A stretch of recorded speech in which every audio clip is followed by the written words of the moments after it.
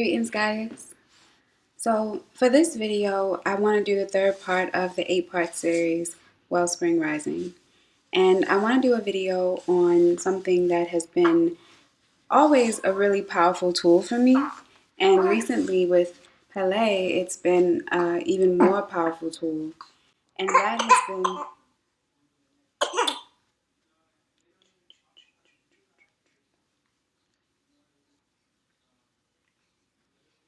has been journaling.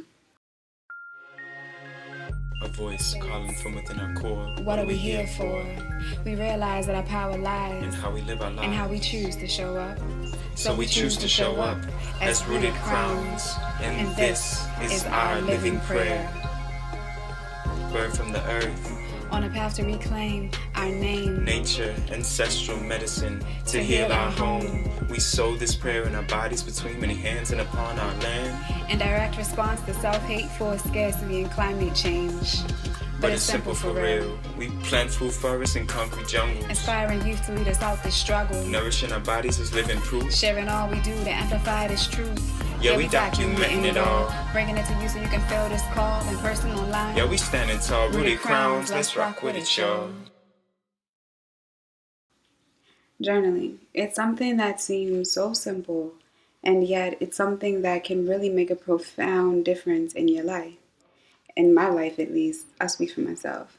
So, journaling has always been something that I've used regardless of where I was in my life, whether I was in a difficult situation or a extremely delightful situation. It's something that has always helped me to move through with a deep centeredness. And that's because it supported reflection. It supported reflection later on. It supported reflection at the end of the day, at the end of the month, at the new moon, or even at the end of the year.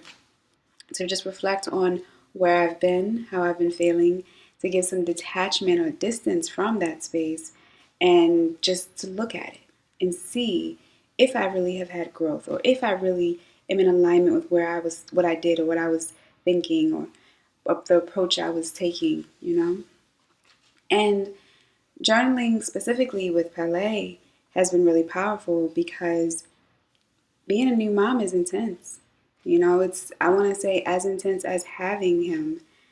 Like, I have had to go through so much anxiety and fear and excitement and joy and bliss and nervousness and just so much. And one of the things that I found myself going through was not being sure if he was ever not eating. Like it felt like he was eating all the time. And a part of me was a little bit nervous because I was like, does that mean he's not getting enough milk? But then I stopped for a second and I wrote down every time he ate and every time he rested and every time he pooed and peed and just how I felt in different parts of the day. And I began to notice that, of course, he stopped eating sometimes. Maybe in the moment when I was getting tired or getting used to the feeling of feeding, it felt like he was always doing this. But when I looked at the patterns based on my journaling, my reflections, my logging, I noticed that there were specific patterns. And of course, they've changed. But there are patterns. There are things that I can count on to happen throughout the day. He's probably going to get fussy at some point, but that doesn't mean he was fussy all day. And I know that, yes, because of memory and also because of writing it down and reflecting on my journals. Memory, it's interesting with memory. Even if you have one of the most amazing memories, you still are human. You still color your memory. You still can look back and be like, thinking something happened that actually didn't happen, or didn't happen in that specific way. Maybe it was something even petty, like the walls that you imagined in your memory were different colors than the ones they actually were. Your mind, our minds are so complex, and memory doesn't always serve us, or at least it's not the only tool to use. And journaling, for me, is another tool to augment my memory, to make sure that at the very least I am a little bit closer to reality. Because even with journaling, I'm still basing that off of memory, basing it off of my perception.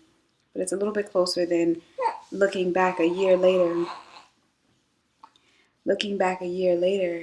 and being like, what happened all throughout the year? No, I can just look at my journals for that. So I just really want to emphasize how valuable journaling has been for me as a mom, as a new mom especially, um, because like I kind of mentioned, like yeah, there were stresses, and I gave an example, like a kind of petty example, but there have been like a lot of little stresses that have arisen, and sometimes it would get to a point where I felt like I couldn't handle it, and then when I started to journal it, it all took me into a broader perspective. Every single time it took me into a broader perspective, and that perspective helped me to center and to return back to um, you know what inspires me, what motivates me, what I'm living for, what I'm moving in every day for, like just like writing it down and then realizing that I needed that, um, helped me to ask myself what it is that I need, and then help me to write it out, and then help me to take the next action on that. So I really want to emphasize that for new mothers, journaling is a really valuable tool that I think I didn't hear about except casually so far in a couple of books that I read. They just would talk about their journals, but I never really heard about like, oh, it's really important to journal as a as a new mother. And so I just want to be a person that says that as a new mother, journal, reflect, and give yourself a chance to have a broader perspective on what's happening, and just to be a good ear for yourself. You know, Lev is a great ear, and other people are a great ear too. And I really am one of my best ears because I hear myself from the deepest place. And I keep journals in lots of different ways. I keep journals online on my computer using just like a document program, or sometimes I'll use notes, or sometimes I'll write it down. However, I find that I've over time liked digital versions more because I like being able to search, and I also like being able to just keep them, back them up. Yeah, journaling has just been amazing. So it's something that I incorporate. And one of the ways that I journal, so we want to get more practical then, is I will reflect on the day, how I felt, what happened. Sometimes it's just as simple as what happened. And then maybe I'll put a little bit of what I felt.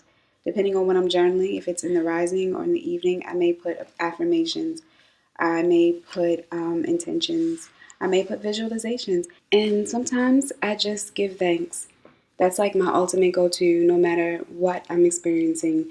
If I can't think of anything that I really want to reflect on, if I can't think of anything that happened throughout the day that I even want to mention, I'll just give thanks. Find some things to give thanks for, and that puts me in a place where, at the very least, I'm honoring my day. And everyone has different experiences with journaling. Like Lev and I, we do our Wellspring Rising processes together, which I'll go into more about what they are as the 8th part of the series. And but all the same, we used to do our process. We do our Wellspring Risings together often, and when we do them, he and I have discovered that we have very different processes for journaling. So I'll let him speak about his processes here. So, Lev, you want to tell us about your experience journaling? So, me and journaling, we kind of go on and off. You know, I don't journal too often, but what I do like to journal for is when I'm traveling. I like to document my travels, and kind of, it helps me hold on to, memories, and, kind of go back in my travels and, kind of recount the sequence of events that happened. And I like to journal through poetry. Sometimes I like to document my life and just, in poetry form, just kind of thinking about, reflecting on, the different things that are going through my mind and my consciousness, and putting them into lyrical, art form. And, I think that it's an important practice. I think that if I would do it all the time, it would be good. But just the reality is I'm not able to maintain it, just in day-to-day life, all the time. But, when I have a dream that I really want to remember, I try and run to the journal before I forget it. Yeah. And that's a good point. I forgot to mention that. Yeah, it's definitely something I've reawakened, being with you, Faye. And, we had a practice, where journaling was part of our daily rhythm before the birth. And, Maybe we'll get back into it. Yeah, I'd be down to re-engage that practice. Well, he's a little older. Yeah, He can do it with us. Maybe he can work on his little drawings, his little Hebrew letters and Medu letters and his handprints. Handprints, yeah. Okay, thanks for sharing. And yeah, so I say try journaling. Try journaling if it's only so that you have something to gauge your growth, or to just give thanks every day and to maintain a state of gratitude. And really, I think it's important to see the patterns, the habits that maybe you wouldn't notice if you never really gave yourself a chance to write every day about you, about your life experience, and then to be able to look back on that and see if you see a pattern. It's something that no one else can give you. No one can journal for you, and no one can reflect with the kind of integral relevance, or like the value it has for you, or it'll have for you, is different than the value it can have for anyone else. You are the main character in your life, and you have a wider perspective of you than anyone else will ever have. So I think it's important to just honor your journey, recognize its value. It is a spiritual or sacral or sacred, or however you want to say, it is a valuable experience. It is your experience, your life. And I think it's worth the time it takes to just give 5 or 10 minutes every day, or once a week, or once a month even, and reflect on you, your relationships with yourself, with other people, with the environment around you, with your dreams, with your relationship with the great beyond. Just reflect. So that's my points on journaling. And it's simple. I'm a new mama.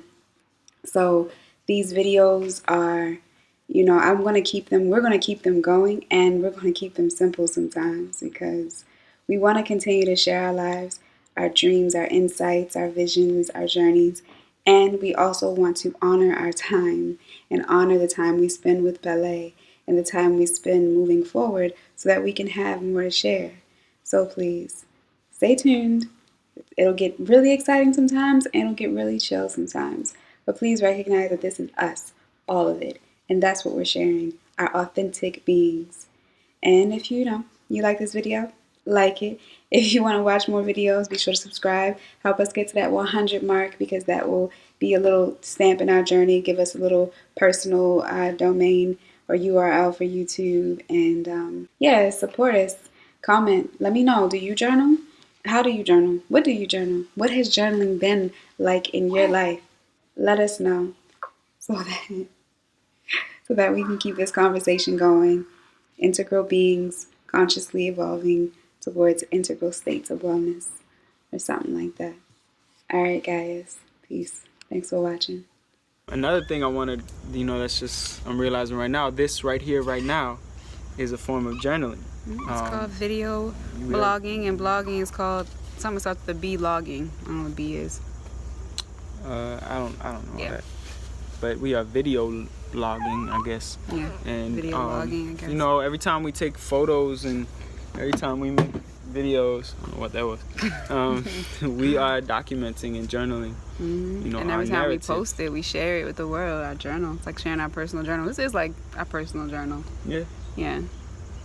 So I wish more people would do it. But don't. I'm not knocking. The practice of writing in a book. I think that's really important practice. To be able to externalize thoughts and to be able to look at them and study them and see their progressions and just document where you're at one point in time, and then going back over that at a different point in time and reflecting on where you're at now. Have you stayed the same? What changes have you made? And what growth? Oh, well, then we're on the same page.